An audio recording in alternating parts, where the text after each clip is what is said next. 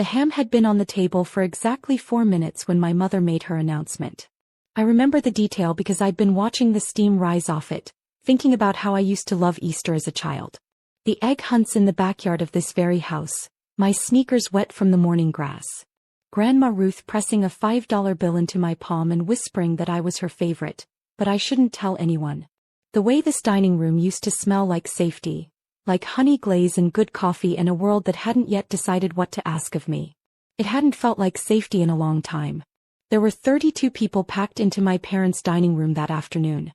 Aunts, uncles, cousins I saw twice a year, my parents' neighbors from down the street who had somehow become permanent fixtures at every family gathering over the past decade. My sister Vivian sat directly across from me in a new dress, her hair professionally blown out, her boyfriend Marcus beside her looking uncomfortable in a collar that was half a size too tight. She'd been unusually quiet since I arrived, which I'd noted and then dismissed as tiredness. That was my first mistake. Vivian is never quiet without a reason. My name is Nora. I'm 33 years old. I'm a senior compliance officer for a mid-sized financial services firm in Chicago's West Loop, and I have worked, genuinely and without assistance, for every single thing I own. My apartment, my car, my savings, the week-long trip to Portugal I took 2 years ago that my mother described to relatives as one of Nora's little adventures. I say this not to inventory my life for applause but because context matters here. Because what happened at that Easter table only makes complete sense if you understand how thoroughly, and for how long, my family had constructed a different story about me. My mother stood, wine glass in hand, and smiled at the room the way she smiles when she's already decided something and is simply performing the announcement portion. It's a smile I've known my entire life. Warm on the surface, load-bearing underneath. "Before we eat," she said, "your father and I want to share some wonderful news about Vivian." I set down my fork. As most of you know, Grandma Ruth's estate has been in the final stages of distribution. The trust she established years ago included a portion specifically designated for Nora. He paused for exactly the right amount of time. After a great deal of family discussion, thoughtful, careful discussion, we've decided together that Nora's portion will be redirected to Vivian, who is at a genuinely pivotal point in her life right now and needs the support in a way that Nora simply doesn't. Nora has her career, her stability. She already has enough. And she understands. 32 heads turned toward me in unison. I want to describe what that moment felt like from the inside, but I'm not sure language is fully equipped for it. It wasn't anger, not immediately. It was something more structural than anger. Like a door swinging open onto a room you had suspected existed for years but had never been permitted to see clearly. Every time my accomplishments were mentioned briefly before the conversation pivoted back to Vivian's latest crisis. Every holiday where I quietly covered costs that were never acknowledged. Every "Nora is fine, Nora can handle it, Nora has enough." All of it suddenly had architecture. All of it had been leading here, to this table, to this announcement delivered in front of 32 witnesses so that the social pressure of the room could do the work that guilt and obligation hadn't quite finished. They had built a trap. They had dressed it in a holiday and put ham on the table next to it. "I don't understand," I said, keeping my voice completely level. "Because a conversation like that never happened. Not with me." My mother's smile tightened by a degree. "Nora, this really isn't the time. You just made it the time. In front of 32 people." Vivian looked at her plate. Marcus reached for his water glass and didn't let go of it. "You have a good job," my father said from the head of the table, in the particular tone he uses when he has decided a matter is resolved and is simply waiting for everyone else to catch up. "You have your apartment, your salary, your whole setup down there in the city. Your sister is trying to build something real. It's not a large ask, Nora. It's family. It's my trust fund, Dad. Grandma left it to me. She put my name on the document. Grandma would have wanted the family taken care of. All of us. Grandma wanted me taken care of. That's the reason she established a designated portion. She wasn't confused. She wasn't making a mistake she'd want corrected later. You're being dramatic. I'm being accurate. There's a difference." My mother's palm came down on the table hard enough to rattle the wine glasses and send a small ripple across the surface of the gravy boat. The room flinched collectively. Even Vivian looked up. "That is enough." My mother's voice had dropped into its lowest register, the one that meant we were past performance and into something rawer. We are not doing this today. You are being selfish, you are embarrassing this family in front of people who love us, and frankly, after everything your father and I have sacrificed for you over the years. What have you sacrificed for me, Mom? The question landed and sat there. She opened her mouth. Something moved across her face. Not guilt exactly, more like a calculation running behind her eyes. She closed her mouth again. I'm asking genuinely, I said. I'd like you to list it. Because I have been keeping my own list for about 3 years now, and my list looks very different from whatever accounting you're running in your head. Mine has dollar amounts on it. It has dates. My Aunt Patricia, seated 2 chairs from my mother, placed a careful hand on her arm. A cousin across the room leaned to his wife and said something behind his hand. The room had taken on the specific discomfort of people witnessing something they had been invited to observe but hadn't fully agreed to. They'd come for Easter dinner. They were getting something considerably more honest. My father said my name in a warning tone. And I turned toward the corner of the room. She had been there since before most guests arrived. I had let her in myself 43 minutes before dinner was called, and introduced her to the 2 relatives who asked only as a colleague who needed somewhere quiet to make some calls. She had a glass of water she hadn't touched, a plate of appetizers she had politely accepted and left mostly uneaten, and a black leather briefcase that had sat closed on the floor beside her chair for the entire meal. She had watched everything with the patient, unreadable expression of someone who has spent a career in rooms where people are arguing about money. Her name was Diane Okafor. She was 51 years old, a managing trustee and estate attorney with 23 years of experience, and she had overseen Grandma Ruth's trust since its establishment in 2019. I had called her 8 days earlier on a Tuesday evening, after Vivian had let something slip at a birthday dinner for our cousin. A casual, slightly wine-loose comment about things getting sorted out at Easter, that had told me with reasonable certainty where this holiday was heading. I had spent the following 2 days deciding whether I was overreacting. I had spent day 3 accepting that I wasn't. I had called Diane on day 4. I nodded once in her direction. Diane set down her water glass with no particular urgency. She reached down, picked up her briefcase, set it on her lap, and stood. She smoothed her jacket. She was not a physically imposing woman. Medium height, reading glasses pushed up on her head, sensible heels.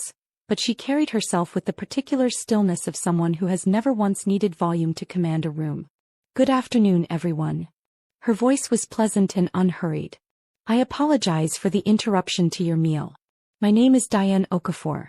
I'm the managing trustee of the Ruth Eleanor Hartwell estate. Given the nature of what's just been announced, I think some clarification would be useful before this conversation continues any further, and I'll try to be brief. My mother's expression cycled through confusion, recognition, and something harder in the space of about 4 seconds. Nora. Who is this woman? She's the trustee, Mom. The one whose signature any fund transfer would actually require. Diane opened her briefcase, removed a tabbed folder, and laid it open on the corner of the table closest to my father without making eye contact with him. The gesture was practiced and entirely deliberate. She wanted him to see the documents. She wanted him to understand before she said a word what category of conversation this had become. The Hartwell Trust was established in July of 2019 and amended to its final form in March of 2022, approximately 3 months before Mrs. Hartwell's passing. She was of sound mind at both signings, and we have full documentation supporting that fact. Diane turned a page. The designated beneficiary for the primary distribution, $94,000, currently held in a managed account at current value, is Nora Christine Hartwell Briggs. The designation is explicit, specific, and legally documented. It is not subject to informal family reallocation. She looked at my father directly for the first time. Any amendment to the designated beneficiary would require a formal written request from the current beneficiary, a 30-day review period by my office, independent legal counsel for the beneficiary to confirm no undue influence, and a court filing if any party chose to contest the process. That process at minimum takes 4 months. My father's mouth was open.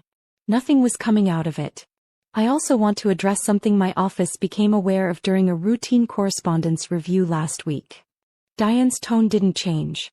It remained pleasant, professional, almost conversational, which somehow made it worse. My office received 5 written communications over the past 4 months requesting information about the feasibility of redirecting the beneficiary designation without the named beneficiary's direct involvement. Those communications were submitted as a joint request. She still didn't look at my parents by name. He didn't need to. Every person in the room knew exactly who she meant. My office responded to each communication clearly and in writing, explaining that no such change could be initiated without Nora's full participation and documented consent. It appears those responses were not shared with Nora.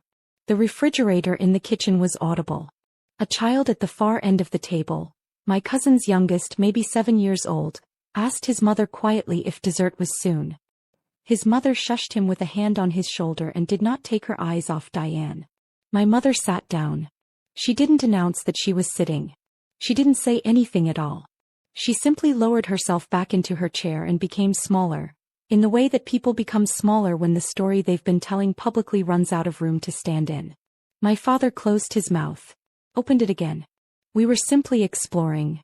I understand, Diane said in a tone that indicated she understood completely and found it thoroughly documented. Are there any questions about the trust's current legal standing or the distribution timeline? Nobody spoke. 32 people found places to look that were not my parents' faces. Wonderful. Diane closed the folder, returned it to her briefcase, and clasped it shut with 2 clean clicks that were somehow the most satisfying sounds I had ever heard in that dining room. She picked up her water glass, took a sip and sat back down. I stayed for 25 more minutes. Leaving immediately would have felt like its own kind of performance, and I was finished performing for this family. I ate some of the ham. I answered my Aunt Patricia's careful, gentle questions about my neighborhood in the West Loop. I listened to my father make 2 attempts at normal conversation with relatives who responded politely and briefly and then found reasons to refill their drinks. Vivian did not speak for the remainder of the meal. When I stood to leave, she followed me to the front porch without being asked. The afternoon had gone gray, the kind of flat Midwestern Easter sky that can't decide whether it wants to be spring yet. She looked tired in a way the new dress couldn't cover. I noticed it now in the outdoor light away from the staging of the dining room. There were shadows under her eyes that hadn't been there at Christmas, and something tightly wound in the way she was holding her own arms. I didn't know she was going to do it like that, Vivian said. In front of everyone. But you knew she was going to do it. She looked at the porch railing. The silence was its own confirmation. I don't know what's happening in your life right now, I said, pulling on my coat. I don't know what you told them you needed or what they promised you, or what conversation happened in this house that I wasn't part of. But I need you to understand something clearly. I waited until she looked at me. Grandma left that money to me because she paid attention. She watched this family for 81 years and she understood exactly how it worked, and she decided that I needed something that was legally, documentably, unambiguously mine. That wasn't an accident. That wasn't her being careless or forgetful or unfair to you. That was her being precise. Vivian's eyes were bright in a way that might have been tears held carefully in place. I'm not your enemy, I said. I've never been your enemy. But I am also not a resource that this family gets to allocate. I am a person she loved specifically. And she made sure I'd have something that proved it. I drove home on the expressway with the windows cracked despite the cold because I needed the air moving. I called Diane from the highway to thank her, and she told me the distribution timeline was 8 to 10 weeks, clean, no anticipated complications. I thanked her again and meant it in a way that felt bigger than the words. I thought about Grandma Ruth for most of the drive. The $5 bills. The whispered favorites. The way she had pulled